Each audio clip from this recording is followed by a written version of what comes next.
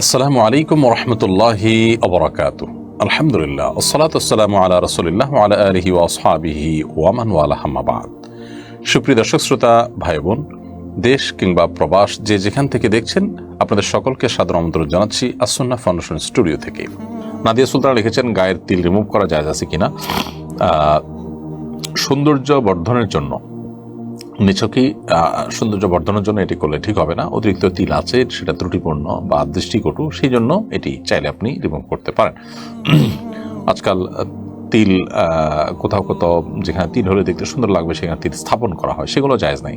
কারণ আল্লাহ সৃষ্টিতে পরিবর্তন করা পরিষ্কারভাবে হারাম করে কারীম আল্লাহ তাআলা বলেছেন, লা তাবদীলা লিখালকিল্লাহ, আল্লাহ সৃষ্টিতে পরিবর্তন করা চলবে না বা পরিবর্তন করা যায় না। নবী করিম সাল্লাল্লাহু আলাইহি ওয়াসাল্লাম হাদিসে পরিষ্কারভাবে নিষেধ আছে। রাকিম আলী আপনি লিখেছেন, আমাদের ইন্ডিয়ায় আপনার মাহফিল এলে খুশি হব। ধন্যবাদ ভাই, জাযাকুমুল্লাহ খাইর। দেশেই আমরা মাহফিল থেকে সরে আসছি, সংকুচিত করে ফেলেছি।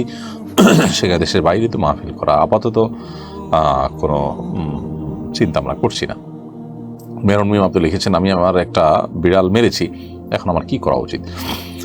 কোনো কারণ ছাড়া একটা প্রাণীকে যদি আপনি হত্যা করেন, বেশি করে কষ্ট দিয়ে হত্যা করে থাকেন, তাহলে সেটা তো অনেক বড় অপরাধ। এই জন্য আল্লাহ তাআলার কাছে আপনি কায়মনো বাক্যে মাফ চাইতে থাকতে হবে, ইস্তেগফার করতে হবে, চোখের পানি ফেলে লজ্জিত অনুতপ্ত হয়ে তওবা করতে হবে। আশা করে যারা তারা আপনাকে ক্ষমা করবেন, সেভাবে তওবা করতে পারেন। তাসনিমা খাতুন লিখেছেন, টিকটিকি, ইঁদুর বা এই ধরনের পোকা মাকড়ের মল কি নাপাক? কাপড় লাগলে নামাজ হবে কি? টিকটিকি, ইঁদুর বা এই ধরনের পোকা মাকড়ের মল অবশ্যই নাপাক, কিন্তু পরিমাণ যদি অনেক অল্প হয় এবং শুকনা থাকে তাহলে লাগলে কাপড় নাপাক হবে না। কিন্তু যদি পরিমাণ বেশি হয় কিংবা শুকনা না থাকে, তরল হয় এবং তার আলামত কাপড় লেগে যায়, তাহলে অবশ্যই সেটা জায়গা পরিষ্কার করতে হবে, কাপড়ের অংশ ধুয়ে ফেলতে হবে।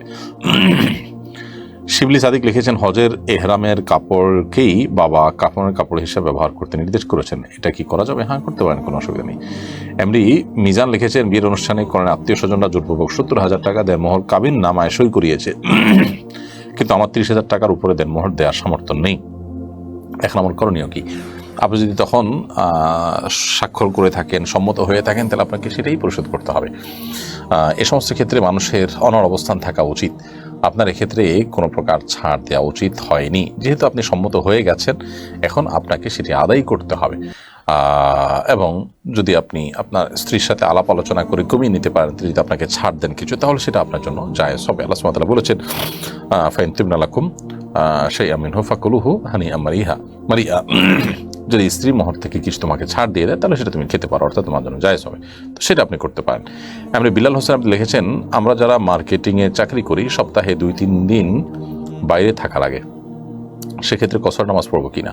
হ্যাঁ, অবশ্যই। আপনি যখন সফরের দূরত্বে থাকবেন কাজের জন্য, তখন আপনি পথে সফরের নামাজ পড়বেন। আর যেখানে যাচ্ছেন সেখানেও আপনার যাচ্ছেন, কাজ ছেড়ে আবার চলে আসছেন, আপনার থাকার কোনো জায়গা নয়, তাহলে সেক্ষেত্রে সেখানেও আপনি কসর নামাজ পড়বেন। এবং বছর জুড়ে যদি এরকম আপনার মার্কেটিংয়ের কাজে বাইরে যেতে হয়, তো বছর জুড়ে আপনার জন্য কসর নামাজ প্রযোজ্য হবে, যতদিন আপনি সফরের দূরত্বে থাকবেন বা সফরে থাকবেন। শরীফুল ইসলাম রিয়াজ লিখেছেন, আমার ছেলে বাবুর নাম আহমদ নাফে রাখতে চাই, নাফে নাম রাখা যাবে কিনা? যে রাখতে পারেন, নাফে মানে উপকারী, কোনো অসুবিধা নেই। দিনের পথে আসেন এই আইডি থেকে আপনি লিখেছেন, স্বামীর জন্য কি টিপ পরা যাবে? স্বামী যদি চান, তার কাছে ভালো লাগে, জাস্ট সৌন্দর্যের জন্য, আপনার রূপচর্চার অংশ হিসেবে আপনি সেটা করতে পারেন। জুবাইদা মাহবুব আপনি লিখেছেন, প্রেম করে বিয়ে করা যাবে কিনা? বিয়ের আগে সম্পর্ক করা পরিষ্কারভাবে হারাম। বিয়ের আগে ছেলে মেয়ে নিজেদের মধ্যে যে কোনো রিলেশন করবে, সম্পর্ক, সেটা পরিষ্কার হারাম। বিয়ের পর প্রেম করবেন, বিয়ের আগের প্রেম শরিয়া দৃষ্টিকোণ থেকে অবৈধ এবং হারাম। এটা মানুষকে বিয়ের টেন্ডেন্সি থেকে দূরে সরিয়ে দেয় এবং দাম্পত্য জীবনে অশান্তির পথে মানুষকে নিয়ে যায়। এখনকার বেশিরভাগ বিয়েই প্রেমের বিয়ে হচ্ছে এবং বেশিরভাগ বিয়ে কিন্তু ভেঙে যাচ্ছে, অশান্তিতে থাকছে দম্পতি, আমরা দেখতে পাচ্ছি। অর্থাৎ হারামে যে আরাম নেই, সেটার পরিষ্কার নিদর্শন আমরা দেখতে পাচ্ছি। পশ্চিমা দুনিয়াতে, অমুসলিম প্রধান দেশগুলোতে আপনি দেখবেন যে সেখানে বিবাহ বহির্ভূত সম্পর্ক, এটাকে অ্যাপ্রিসিয়েট করা হয়। সেখানে কিন্তু দাম্পত্য সম্পর্কগুলো ভয়াবহ অবস্থা এবং ঠুনকো। তো যার কারণে বিবাহের আগে আসলে কোনো প্রকার সম্পর্ক করা যাবে না। জানাশোনা নিজেদের মধ্যে আপনার এর জন্য যতটুকু প্রয়োজন ততটুকু তথ্য আদান প্রদান করা যেতে পারে। রুলি রৌশন এআইডি থেকে আপনি লিখেছেন, আমার স্বর্ণের জাকাত যা আসে আমি এক্সাক্ট হিসাব করে জাকাত দেই না, কারণ সারা বছর এবং জাকাত বাবদ জাকাতের চেয়ে অনেক বেশি টাকা আমরা দান করি, এতে কি আমার গুনাহ হবে? জাকাতের চেয়ে বেশি টাকাও যদি আপনি দান করেন কিন্তু জাকাত নিয়ত করে না দেন, হিসাব করে জাকাত থেকে না দেন, তাহলে সেটা আপনার জাকাতের জন্য যথেষ্ট হবে না। বরং আপনার জাকাত হিসেব করে এক্সাক্ট ধরুন আপনার জাকাত আসে 20,000, আপনি সেই 20,000 টাকা হিসেব করে করে দিবেন, এরপর অতিরিক্ত দিলে সেটা আপনার নফল হবে। কিন্তু আপনি জাকাতে কোনো হিসাব না করে গড়ে দিচ্ছেন এবং দেওয়ার সময় কোনো জাকাতের নিয়ত করে দিচ্ছেন না, হিসাব করে দিচ্ছেন না, তাহলে সেক্ষেত্রে সেটা আপনার জাকাত আদায়ের জন্য যথেষ্ট হবে না। জাকিয়া সুলতানার সাথে আপনি লিখেছেন, কোনো রুমে সালাত আদায়ের সময় পাশে অন্য কেউ অল্প শব্দে কিংবা হেডফোন ইউজ করে ফোনের ভিডিও দেখলে নামাজ হবে কিনা? কোন রুমে সালাত আদায়ের সময় পাশে অন্য কেউ যদি হেডফোন ইত্যাদির মাধ্যমে কোনো ভিডিও দেখে, আপনার নামাজে মনোযোগ নষ্ট হবে, নামাজ হয়ে যাবে কিন্তু নামাজে যেহেতু মনোযোগ নষ্ট হবে সেজন্য যথাসম্ভব এই ধরনের পরিস্থিতিতে আপনার যেন পড়তে না হয়, যিনি আওয়াজ করছেন বিনয়ের সাথে তাকে বলা উচিত এবং নিরিবিলি কোনো জায়গায় নামাজ পড়া দরকার। হাসিব রানা আপনি লিখেছেন, আদালতে মিথ্যা সাক্ষ্য দিলে কি ধরনের শাস্তির বিধান রয়েছে? মিথ্যা সাক্ষ্য দেওয়া কবিরা গুনাহ, কারণ বারবার শাহাদাত জুর হিসাবে এটাকে আখ্যায়িত করেছে। মিথ্যা সাক্ষ্য দেওয়াটাকে জঘন্য অপরাধ, জাহান্নামে যাওয়ার মতো শাস্তি উল্লেখ করা হয়েছে, অর্থাৎ এটি মহাপাপ এবং কবিরা গুনাহ।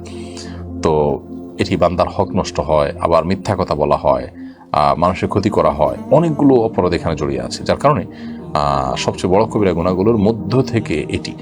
সো মিথ্যা সাক্ষ্য দেওয়ার এই অপরাধ থেকে মানুষকে বেরিয়ে আসতে হবে। আজকাল মিথ্যা মামলা দেওয়া, মিথ্যা সাক্ষ্য দেওয়া, এগুলো ডালভাতে পরিণত হয়েছে। আমরা অনেকে আছি যে নিজেদেরকে মুসলমান দাবি করি, অনেক সময় নামাজও পড়ি, কিন্তু এগুলো আমাদের করতে আমাদের একটু বিবেকে বাধে না, আল্লাহর আরশকে পেয়ে যাওয়ার মতো বিষয়, অথচ এগুলো আমরা অনেক অবলীলায় করে যাচ্ছি। আল্লাহ তাআলা আমাদেরকে হেদায়েত দান করুন।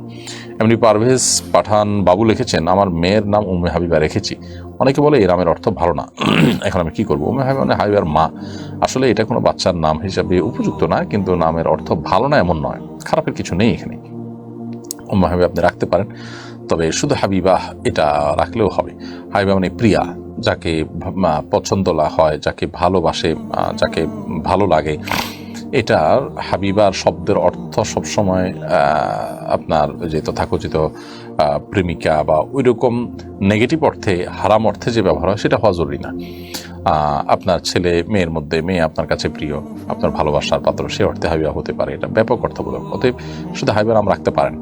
আর উম্মে হাবিবা রাখলে হাবিবার মা অর্থ হবে, সেটা আসলে খাটে না, কারণ বাচ্চা মানুষ তার তো বাচ্চাই হয় না, সে হাবিবার মা করতে হতে যাবে। এই অর্থে আপনি শুধু হাবিবা রাখতে পারেন বা অন্য কোনো নামও রাখতে পারেন। বাকি এটাকে মানে খারাপ নাম, নামের অর্থ ভালো না এমনটি মনে করার কোনো কারণ নেই।